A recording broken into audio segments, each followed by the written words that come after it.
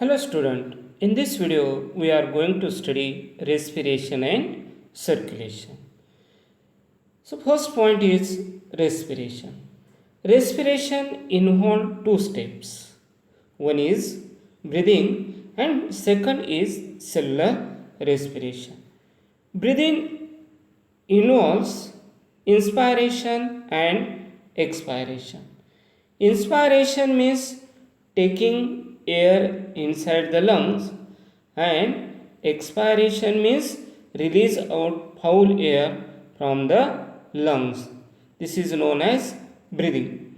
Now, when air containing oxygen enter into the lung, it mix with the blood and is transported towards the cell. And when oxygen enter into the cell, with the help of this oxygen, stepwise breakdown of glucose molecule takes place and synthesis or production of ATP takes place. मग आता इथे फरक काय जाणवतो बा, जर oxygen नसेल तर एका ग्लुकोज मॉलिक्युलचं ब्रेकडाऊन होऊन 2 ATP तयार होतात आणि जर ऑक्सिजन असेल तर त्या एका ग्लुकोज मॉलिक्युलचं ब्रेकडाऊन होऊन 38 ATP तयार होतात, 38 ATP तयार होतात. एवढं महत्त्व ऑक्सिजनला आहे. मग या ATPचा रोल काय, तर आपण ज्या विविध ॲक्टिव्हिटी करतो त्या ॲक्टिव्हिटीसाठी जी एनर्जी लागते ते एनर्जी ATP मधून मिळत असते. जर या ATP तयार झाल्या नाहीत तर आपल्याला ॲक्टिव्हिटी करता येणार नाहीत. उदाहरणार्थ ऐकणे, चालणे, बोलणे या सर्व ॲक्टिव्हिटी या ATPवरती अवलंबून असतात. मग या रेस्पिरेशनविषयी आपण या टॉपिकमध्ये माहिती घेणार आहोत. आणि रेस्पिरेटरी ऑर्गन्स कोणते आहेत प्लांटमध्ये किंवा ॲनिमलमध्ये याच्याविषयी माहिती आपण घेणार आहोत. सुरुवातीलाच आपण सेल्युलर रेस्पिरेशनची डेफिनेशन पाहूया.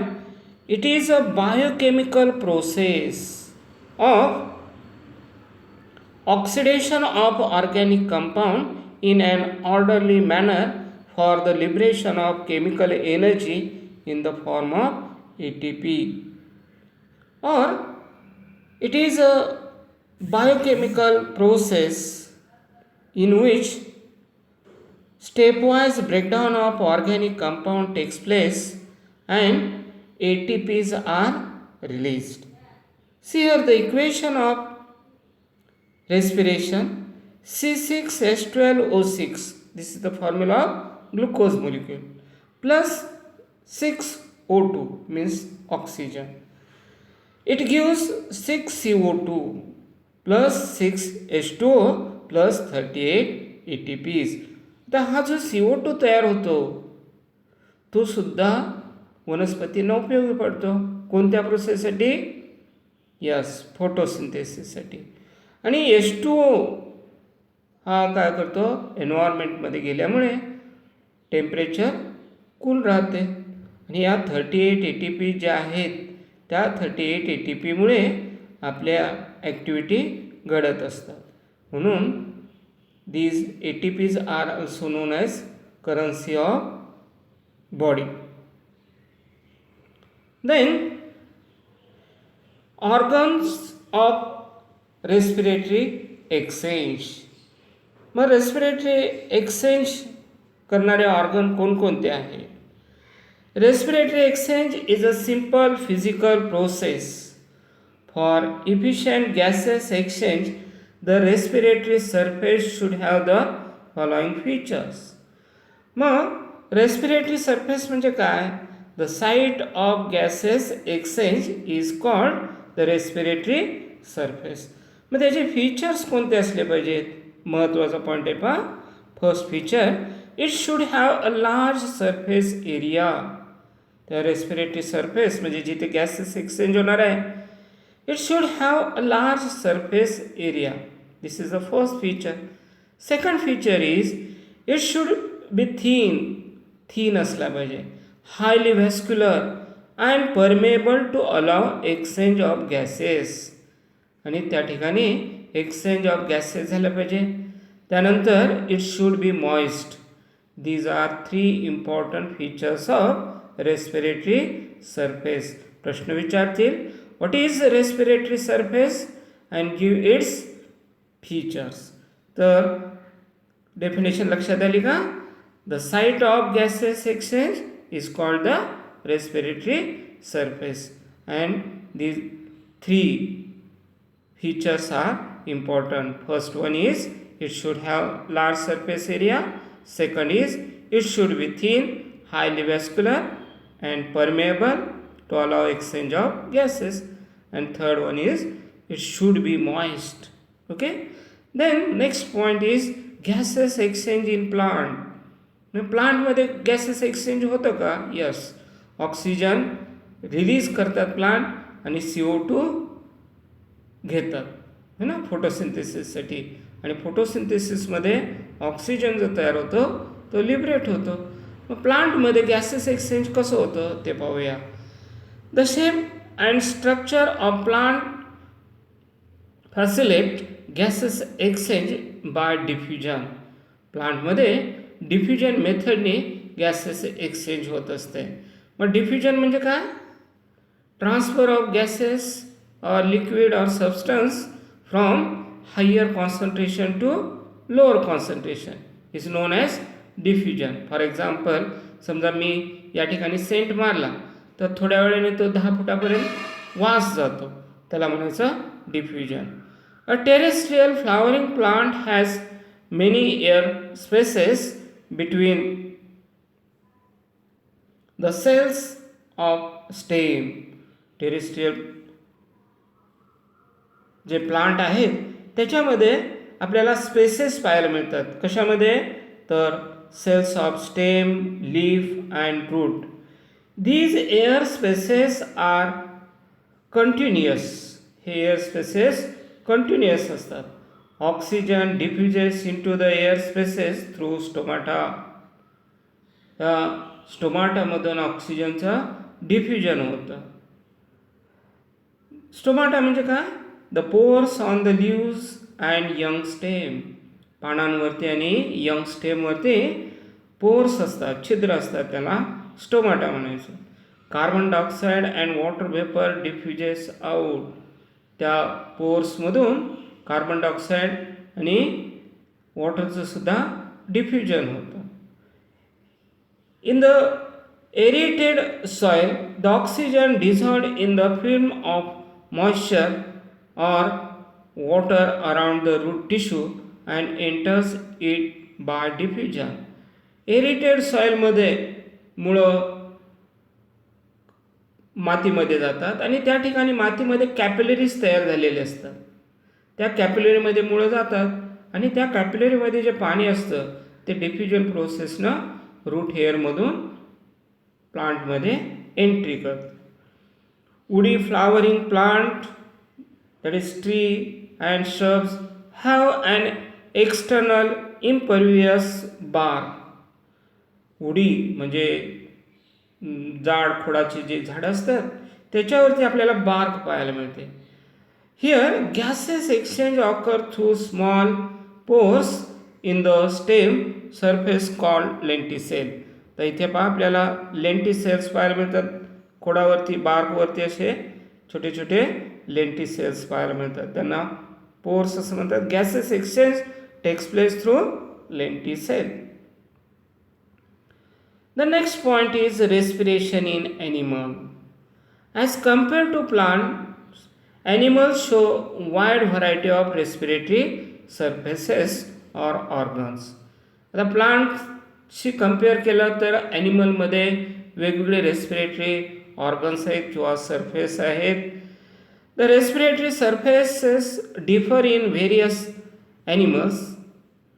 In animals, depending upon the complexity of organization and the surrounding medium, certain parts of the body have become specialized into different types of respiratory organs. In the higher animal, these respiratory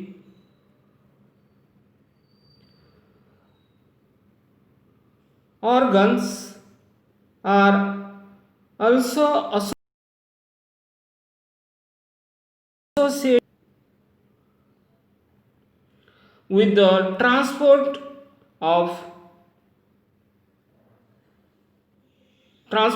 system. Higher ॲनिमलमध्ये these respiratory organs are also associated with the transport system. आता मग कोणकोणत्या ॲनिमलमध्ये कोणतं respiratory surface किंवा organ आहे ते पाहूया. आता या ठिकाणी एक चार्ट दिलेला आहे. त्या चार्टमध्ये ऑर्गॅनिझम एका बाजूला दिले, मध्ये हॅबिटॅट दिले त्याची, आणि रेस्पिरेटरी सरफेस और ऑर्गन दिले. आता प्रोटिस्ट म्हणजे unicellular organism which have the nucleus, त्याला प्रोटिस्ट असं म्हणायचं. मग स्पॉन्जेस अँड सिलेंड्रेट्स. प्रोटिस्टमध्ये काय येतो? पॅरामुसियम येतो, अमिबा येतो, युग्लिना येतो. या प्रोटिस्टमध्ये यांचे हॅबिटॅट कोणते आहे? ॲक्वेटिक.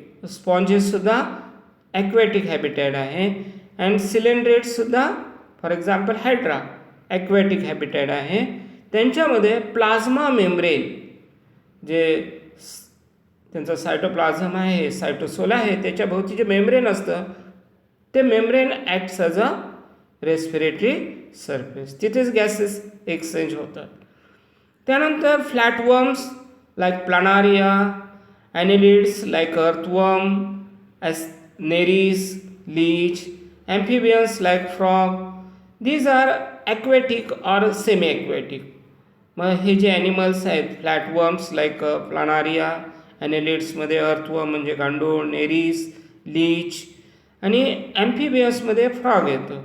तर त्याच्यामध्ये आपल्याला सेमी ॲक्वेटिक हॅबिटॅट पाहायला मिळते. यांच्यामध्ये सुद्धा प्लाझ्मा मेम्ब्रेन हा रेस्पिरेटरी सरफेस आहे. त्यानंतर general body surface, moist skin. फ्रॉगमध्ये मॉइस्ट स्किन ही काय आहे? रेस्पिरेटरी सरफेस ऑर्गन आहे. त्यानंतर इन्सेक्टमध्ये हॅबिटॅट टेरेस्ट्रियल आहे, म्हणजे भूपृष्ठावर राहणारे. त्यांच्यामध्ये ट्रॅकियल ट्यूब अँड स्पिरॅकल्स असतात.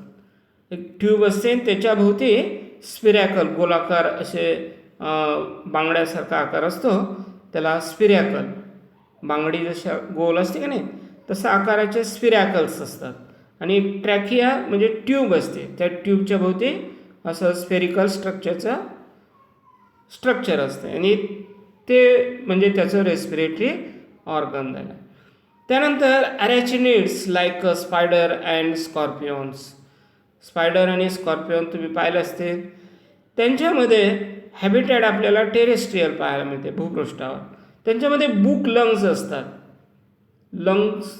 बुक लंग्स म्हणजे असे पुस्तकांचे जसे कप्पे ठेवलेले असतात का नाही, तसेच ते दिसतात, म्हणून त्याला कदाचित बुक लंग्स म्हटलेलं असेल. तर ते कप्पे असतात. त्यानंतर लिमुलस हा आर्थ्रोपोड आहे. त्याच्यामध्ये हॅबिटॅट जे आहे ते ॲक्वॅटिक आहे. त्याच्यामध्ये बुक गिल्स असतात. आता याचं मी PPT तयार केले होते, पण लॅपटॉप खराब झाल्यामुळे हे तुम्हाला प्रत्यक्षात दाखवता येत नाहीत. पण कॉलेज सुरू झाल्यानंतर नक्की दाखवतो बुक गिल्स आणि बुक लंग्समध्ये काय फरक आहे तो. त्यानंतर amphibian tadpoles of frog. Amphibian tadpoles of फ्रॉगची पहिली अवस्था आहे.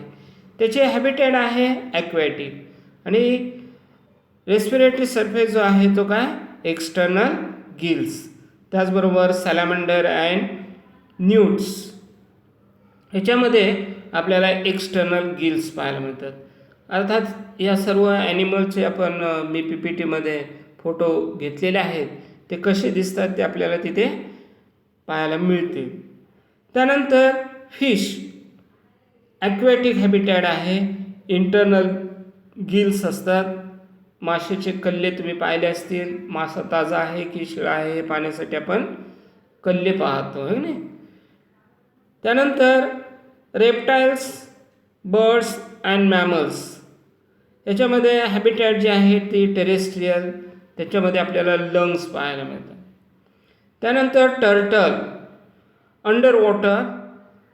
क्लोकल किंवा क्लोका त्याच्यामध्ये रेस्पिरेटरी ऑर्गन आहे. आता क्लोका हा ॲक्च्युली एक्सक्रिटरी ऑर्गन म्हणून पण काम करतो. त्याचबरोबर तिथून टर्टल, फिमेल टर्टल काय करते, सिलेज एग्स, तिथून अंडीसुद्धा घालते. पण हा क्लोका जो आहे तो टर्टल कधी वापरतो, तर जेव्हा तो 5-6 महिने थंड पाण्यामध्ये खाली हायबर्नेशन झालेलं असतं, म्हणजे पाण्यामध्ये डीप गेलेला असतो, तेव्हा त्या रेस्पिरेटरी ऑर्गनमध्ये म्हणून क्लोका वापरत असतो. एरवी तो लंग्स वापरतो, टेरेस्ट्रियलवर असतो त्यावेळेला, टेरेस्ट्रियल हॅबिटॅट असतं त्यावेळेला. पण पाण्यामध्ये डीप गेल्यानंतर तो क्लोका वापरतो. So these are respiratory surface areas and organs of the different animal. तर याच्या बाबतीत आपण